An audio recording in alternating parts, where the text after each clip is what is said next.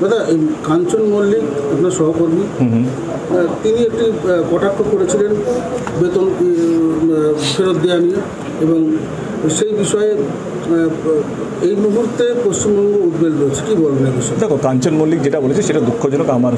আমি আগের বারে সেটাকে সাপোর্ট করেছিলাম। আর এখনও মনে আছে কল্যাণদা যখন ওনাকে গাড়ি থেকে নামিয়ে দিয়েছিল, সেটাকে আমি সমর্থন করিনি।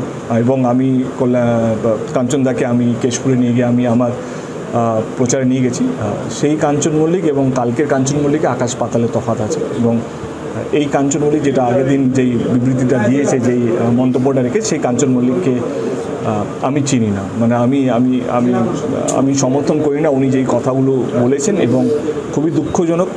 এবং আমারই কলিগ এবং আমারই দলের একজন এমএলএ। তো আমি কাঞ্চনদার হয়ে ক্ষমা চাইছি, কারণ আমার মনে হয় যে কাঞ্চনদার এটা বলা উচিত হয়নি, এবং এইটা পুরোপুরি ওনার ব্যক্তিগত ব্যাপার। কিন্তু যেহেতু উনি আমার দলেরই একজন এমপি, আমি তার হয়ে ক্ষমা চেয়ে নিয়েছি। আমার মনে হয় কি আমাদের সবারই, যেহেতু আমাদের দল সরকারে আছে, তো আমাদের আরও বেশি দায়িত্ববান হওয়া উচিত। কী শব্দগুলো আমরা ব্যবহার করছি, কীভাবে আমরা কথা বলছি, এটা সত্যি ম্যাটার করে। দেখো, আমি কাউকে আটকাতে পারবো না, কিন্তু আমি এটুকু বলবো যে আমি আমার পরিবার চায় কি আমরা সবাই যেন যেই ন্যায়টা বা যে জাস্টিসটার জন্য ওয়েট করছি সেটা যেন পাই। কিন্তু